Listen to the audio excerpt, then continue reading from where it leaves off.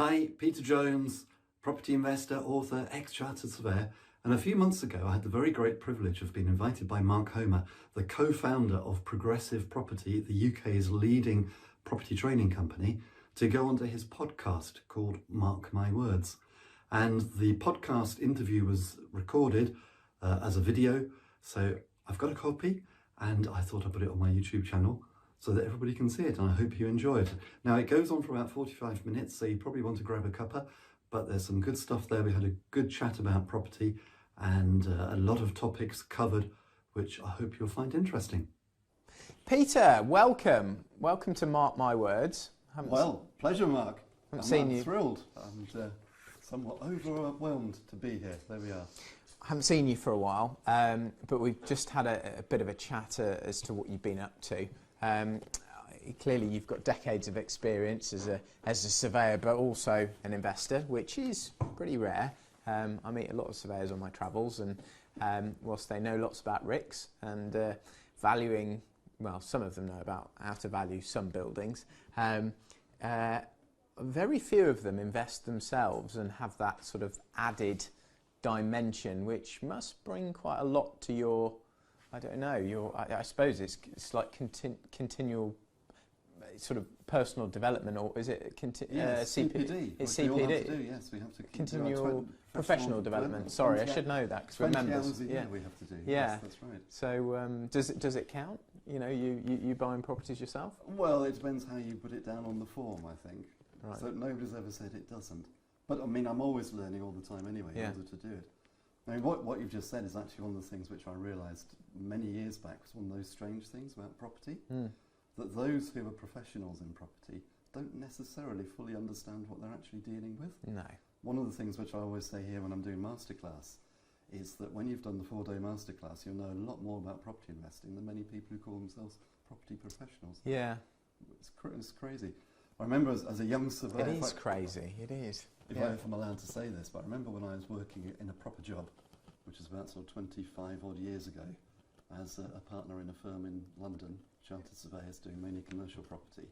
And I remember the discussion around the coffee machine at the time, that partners shouldn't invest in property, that you had the choice. You either acted for clients, or you went off and became the client, but you didn't do the investing. No. And that was a whole mindset thing, which actually held me back for a long time until I was able to escape the corporate structure. I mean, surely there must be a way of sort of segregating, you know, okay, fine, you're doing surveys and valuations in this area, so you don't buy in that area, you buy over there. It's a bit like a police officer who often lives in a different area from where he walks the beat. Surely that would be a better way of dealing with it. You think so? I think that really it was just an excuse really to cover up everybody's failings and shortcomings, the fact they hadn't actually done anything with the knowledge that they possessed. Yeah, that's interesting. There's quite a few walks of life like that, aren't there? I suspect there probably are. Yeah. So, moving on, just talk to us a little bit about how you've been growing your portfolio in more recent times. I know we just had a chat about some of the new properties you're buying. You're starting a sort of new portfolio. What sort of stuff are you buying? What are you doing? Yeah, I mean, things change all the time, don't they? Another thing which I always say when I'm teaching here on Masterclass, that you think you're going to go from A to B, but you actually go via C, D, E, F and G and all that kind of... So things do change, and traditionally I've always bought up in the northeast, which has been a great place for me, really good for the cash flow. But in more recent times I've been sort of splitting what I'm doing, moving on. Partly actually because of Progressive coming here 6 years ago, sort of changed my outlook on everything, which was great. So two things which I've done which are perhaps a little bit different to what I normally do is that the first is that I bought a plot of land about 2.5 years ago. I know that anybody who's listened to the Progressive Property podcast will probably remember me mentioning this a while back. But it's happened, everybody. I've actually got planning now to go and build my bungalows. Congratulations. Thank you very much. Can you believe it? Taken 2.5 years. Yeah. A little plot of land which already had planning for 2 semi-detached properties. And my JV partner thought we had a very good chance because we were able to, funnily enough, we bought the plot of land, and then the neighbour came out and said, would you like to buy a strip of land which is about 6 foot wide which runs alongside. So it was like a ransom strip, was A it? little bit like that, but we picked it up for about £1,000. So Oh, okay. in the scheme of So, things, it was yeah, next yeah. to nothing. But the architect looked at it and he said, well, with that extra 6 feet down the side, we can probably get 5 terraced houses on now. That's what we said. Yeah. So we said, let's go for it. So we put the plans in. Do the planners like it? No. So for 2.5 years, just bouncing backwards and forwards, and redrawing plans over and over. What was their opposition to the 5 terrace overdevelopment, or what were they? Well, it all came down to parking, I think, ultimately. That's where they get you on everything, isn't it? What was it, parking standards, what are they, 1 or 2? I needed two, yeah. and then a couple extras for visitors and all this kind of stuff mixed in. Parking survey, did you try that? We didn't. In the end, we just sort of kept scaling back and scaling back. But my JV partner, who's quite experienced in developing anyway, he realised that actually if we just went for a sort of compromise, went for 3 bungalows. Yeah. Because bungalows actually sell for quite a lot more than a terraced house anyway, and they are cheaper to build because they're only building 1 story. Yeah. We'd actually make the same amount of money doing 3 bungalows as we would doing 5 houses. And sort of get the planners off your back. It is just, to me, the whole planning system is a game. It's all a big game, and you've just got to know more ways round, more rules of the game, so that you can end up putting more profit into your schemes. That's my attitude. You know, it took me, on average, it probably takes me about a year to get planning on the conversion schemes that I've been doing. But the reality is there's probably 6 months before that, getting the planners to a place where they think we're ready to put the application in. So, you know, more recently, it's probably taken me 18 months to get consent. Yeah, so it's just part of the game, and you've got to factor it in. You've got to know that up front. It is. I mean, the great thing now is that the project's now ready in the sense we've got the planning. We're just going through agreeing the details with the planners. So we're choosing our bricks. And okay. So you're applying to remove the conditions? Yes. Yeah. Yes. So we'll do all that, and we're hoping to get the foundations in before Christmas, and then start building the new year. Yeah. Well, I mean, that's pretty positive. So congratulations. And I suppose if it's one of your early ones, you get this done. Clearly, there's some good profit in it. You get to the end. Is that going to then spur you on to go and do more of that type of project? I mean, the goal now over the next few months will be to find projects 2 and 3. Yeah. I'd like to have 3 on the go at any one time because, as you say, they've got to go through the pipeline. Yeah. And if you need 12 months, 18 months to get it to a point before you can start building, you need to have a few on the go. You've just got to factor it in. You've got to accept, you know, that's what it is. You know, and if you need finance or whatever, maybe the finance doesn't start until you've got the consent, which is normally how development finance works. You know, and you need to have that expectation up front. This is not permitted development, but clearly the margins are much higher. Yeah. So that's great. I mean, some of the things that you learn along the way, though, the things that the planners actually threw at us, because the plot of land itself is on a cul-de-sac, and there's only 2 other houses. I mean, it's quite a long cul-de-sac, but there's 2 other houses, and it goes up to a T-junction with a fairly minor road which goes through the local town. But one of the things which the planners threw at us was that they were worried about the traffic increase at the junction, particularly because there's double yellow lines either side of the junction, and people park on the double yellow lines. But that's... We're thinking, well, go and get some traffic wardens then in. I mean, it's not a planning issue. No. Surely. That's a highways issue. Well, it is, and it's enforcement, and they've done that with me. They did that with a pub that I was converting, saying, oh, well, we think cars will park outside the pub, and that's where the bus comes and pulls over to the side to let oncoming traffic through. That is not a valid planning objection, and neither is people parking on double yellow lines, which they are not enforcing against. But sometimes it's good when they come out with arguments like that, because if it ever goes to appeal, or if you get another officer in, or you manage to reason with the head of planning or whatever, all of those types of objections, you know, when someone comes in who actually is reasonable, they know they can't make those objections. So, yeah, the more annoying ones are the insufficient amenity, or you know, the more vague things that can't be quashed quickly, I find. Yeah. The ones neighbours don't make, because normally the neighbours say things like that, don't they? Yes. Have you had that? Well, we had a classic one from a neighbour, because not far away there's Yeah. actually a crane hire place. Yeah. I mean, it sounds awful, but it's actually sort of away and it's shielded by trees, so it's Yeah. not too bad. But the people who run the crane hire business actually Yeah. objected to us building houses because they said that the people who live in the houses would be affected by their noise. You can't really make this stuff up. So Yeah, well, actually, I've had objections like that from local nightclub owners. Well, one in particular who saw an application that I'd made and objected, and I thought that he couldn't get anywhere with that, but the council took it seriously, and I got that was off the back of a court case in the last couple of years. It's called the agent of change, and if you're coming in and if the crane hire place is established and it's making lots of noise, and you're going to introduce residents to that area, they could potentially take them to magistrates' court with some relatively new legislation and get the crane hire company shut down, or at least a noise abatement order issued, I think it is.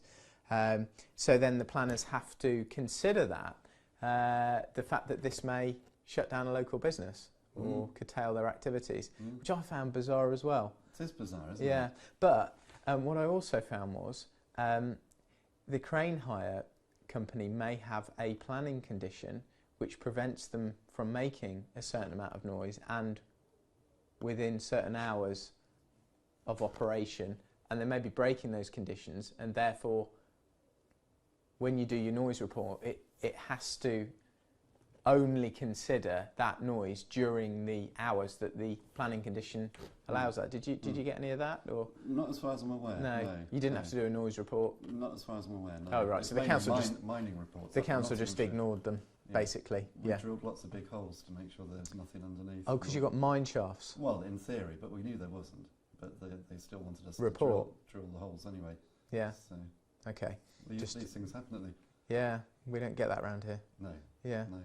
No. But there I was, you see, 2.5 years ago, naively thinking, well, there's a housing shortage in this country. The planners are going to love it if we build 5 affordable houses. It's not like we're building 5 large, five-bedroom detached houses and a walled estate. They'd have probably These are preferred it. affordable housing. They'd have probably preferred it, wouldn't they? Yeah. Because then you'd have met the parking standards, and you wouldn't have caused, the same level of traffic. Because obviously, 5 terraced houses is going to cause Of course. it's going to be a highway safety issue Yeah.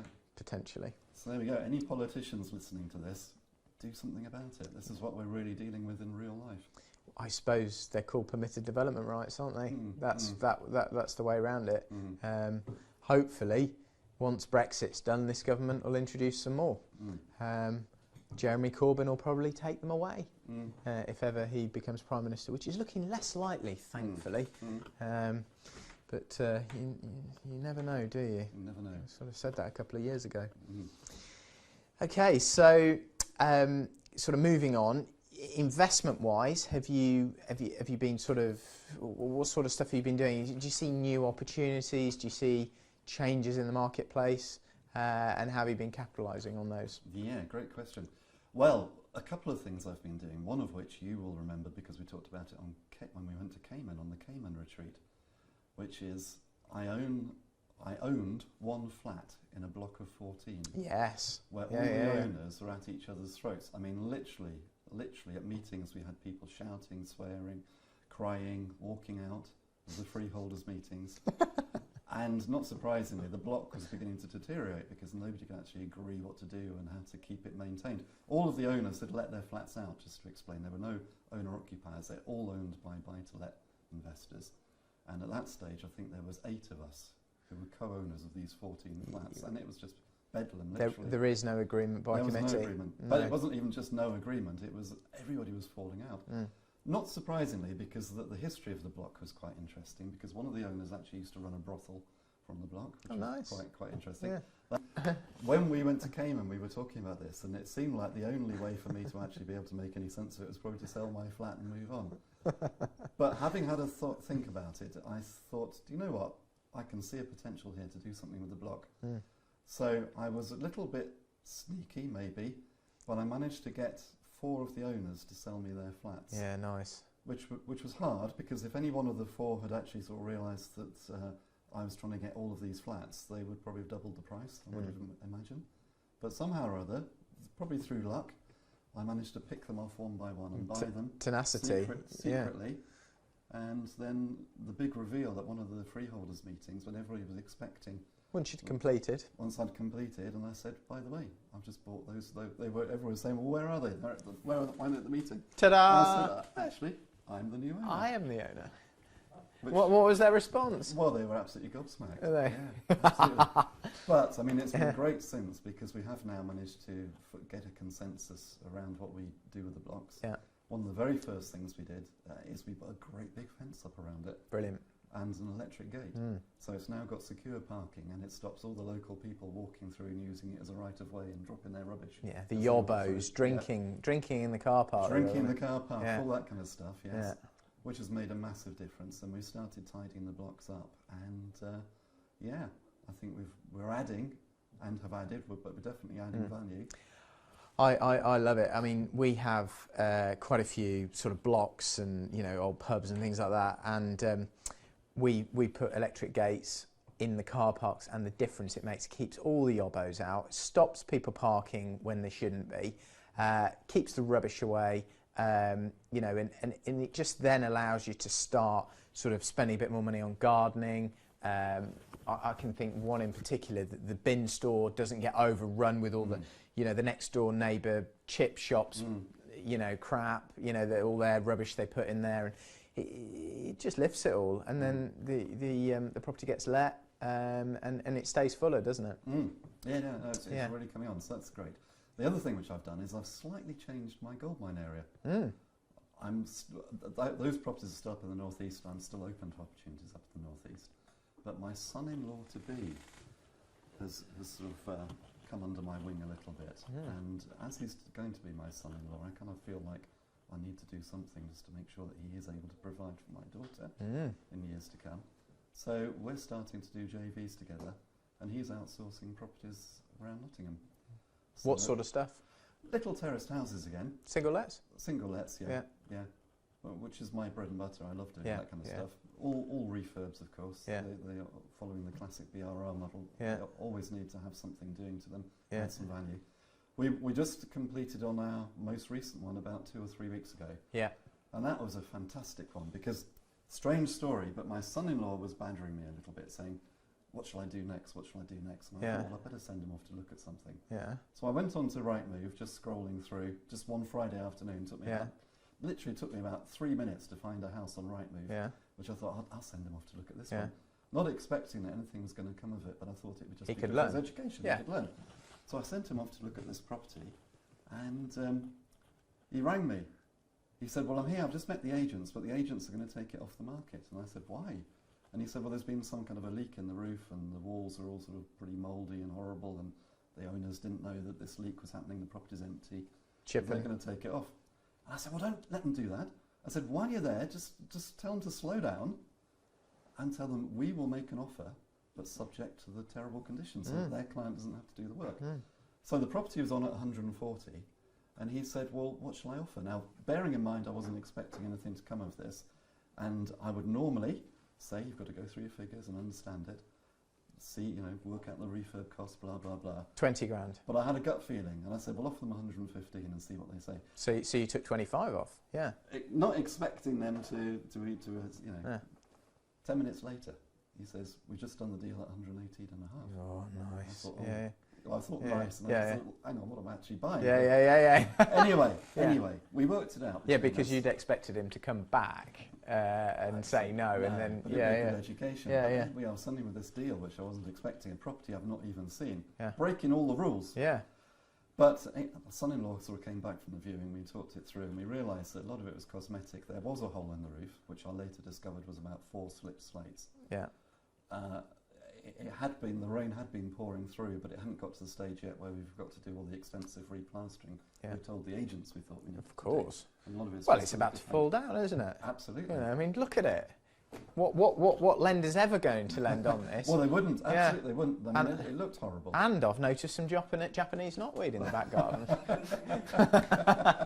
Well, we didn't actually need to do that because just prior to completion, I suddenly realised. I thought, hang on a sec. I bet nobody's actually done anything about that hole in the roof. So just prior to completion, about a week before completion, I grabbed the keys and I went back. And unfortunately, son-in-law wasn't able to go with me, but I took loads of photos. And I sent him the photos and I said, does this look worse? Imagining that it must if there'd been a hole in the roof and the rain had kept pouring. And he looked at me and said, yeah, it's much worse. He said, the kitchen was fine before, now the kitchen ceiling's all soggy. And I said, great. I said, right, this is what we're going to do. You're going to go back to the agents and you're going to tell them that I'm hopping mad because nobody's fixed the hole in the roof and they've just let it carry on. They were supposed to fix it. Well, they weren't technically. We were taking it as seen, in fairness. But just tell them I'm hopping mad because it's worse. And we want another $5,000 off. So he went back to them. There's a lot of umming and ahhing. The vendor didn't like it. The vendor said... This is quite good as well because you can just get him to do it. Exactly. So you're like, oh, this is easy. And it gets him sort of building a bit more front and gets him to push through a bit of a barrier himself. So it's quite easy for you just to, it's good cop, bad cop type thing. But he was getting the learning of actually having to deal with the agents and express all this. But the vendor got a little bit cross and said, right, well, I'm putting it back on the market then. So we had to go back to the agent and say, look, you don't really want it back on the market. I mean, look at it. You're never going to sell it. You're not going to get the mortgage. You know, tell them to knock the $5,000 off. Well, in the end, they knocked another 3.5 off. So we got it for 115 as opposed to back to the 115, which is fine. So this is very current. We're round there now. Son-in-law's overseeing the refurb, which is basically just redecorating a lot of it. Really, Peter? But I thought you've got to rebuild the whole thing and put a new damp-proof course in. And hopefully tenants... New felting and tiles. Absolutely. Yeah. Well, it's amazing what damage 4 slates can cause, isn't it? And those 4 slates cost a couple £100 to get them put back in place, and a few other ones which looked like they could go just clipped back. Yeah. But the roof's now been overhauled for hundreds of pounds, not thousands. And the tenant's hopefully going to be moving in 3 days' time. Fantastic. And refurb, what did it cost you, roughly? So far, it's been about 2.5, 3 grand. Oh, God. So you're... and then you're going to go and get it revalued? We'll do 6 months' time. Yeah. Get it revalued. What sort of level do you think you might be about to? Ifs and buts. But, I mean, it was on at 140, but there are a few in the street which have been refurbed to a very nice standard, which are on at 160. Oh, nice. So I'd say somewhere to 140 and 150 would be what we're aiming for. And then what's it rented at? About 700 a month. Yeah, great. So lovely little solid buy to let. And I expect he'll keep that, for the rest of their lives. Yeah. Well, we've gone halvesies on it, so that's nice. Interesting, actually, how we financed it, because I was trying to teach him about the virtues of joint ventures. Yeah. And he's a very proactive young man. He's moved to Nottingham to be with my daughter. Yeah. And he suggested to his parents who lived in Kent that they should also move, ready for the time when they're grandchildren, they can babysit. And they agreed. So I was saying to him, right, how are we going to actually pay for this house? And he said, I'll tell you what. My parents are just moving from Kent up to Nottingham. Yeah. They've got a bit of spare cash. Let's get the money off them. And I said, great idea. Yeah. So he very proactively, he went off and he found JV finance. So it's 100% financed by a third party. Oh, brilliant. So he's sort of borrowing the money off them. Yeah. So for us, it's a no money down deal. Yeah. And you're right, we will keep it forever. And we've gone halvesies. He's done the project management and he raised the finance. I obviously did the hard work of finding it on Rightmove, which took me all of 5 minutes. Yeah. And then he'll refinance it. A chunk of the money will go back to the parents, I presume. Yeah. And you guys will have a nice investment. Keep it forever. And then it's going in a limited company, I presume? It's in a limited company. Yeah. Yes. And I mean, it's the first of many, hopefully. Congratulations, I like